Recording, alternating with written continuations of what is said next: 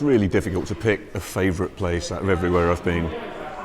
If you want to look for pure energy and over-the-top audience reaction, it's hard to top Mexico and places like that. But if you want to go somewhere and see every little detail of the gig just working exactly the way it should and everything being on time and everyone caring about the little details, Japan is probably the winner.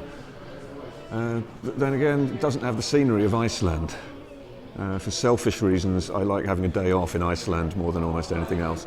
So different places have different flavours of splendid. I try and embrace them all for what they are. Man. I'm kind of stubborn. There is a side of me that likes to do things my own way and figure things out for myself. So I've always been historically bad at taking advice from people, and generally I've tried to figure things out for myself the hard way.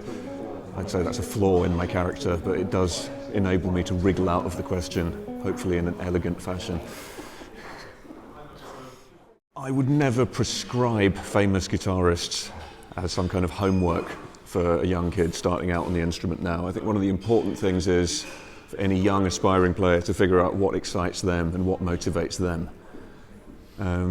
It's the music that moves you and excites you that's going to inspire you to practice. If you want to go somewhere from there, figure out where your favourite music came from, try and trace its family tree back, and almost 100% of the time you will find Robert Johnson sooner or later. Who inspired me? When I was 3 years old, it was all about Scotty Moore playing in the pre-army Elvis band. I thought that was the best thing ever. Chuck Berry, all those guys. And then, being half Scottish, Zal Clemenson from the sensational Alex Harvey band was a regular fixture in my household, so I listened to a lot of that when I grew up. He was probably my Jimmy Page, if you will. There you go. I think I have my supergroup. It's called the Aristocrats. Here's the thing about the sort of fantasy football league mentality of trying to put together the best band in the world by finding the best bass player and the best drummer and the best singer. I don't think it always works.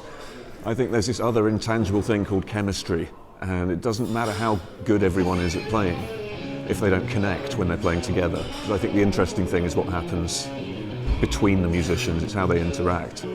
So finding chemistry is as much luck as anything else.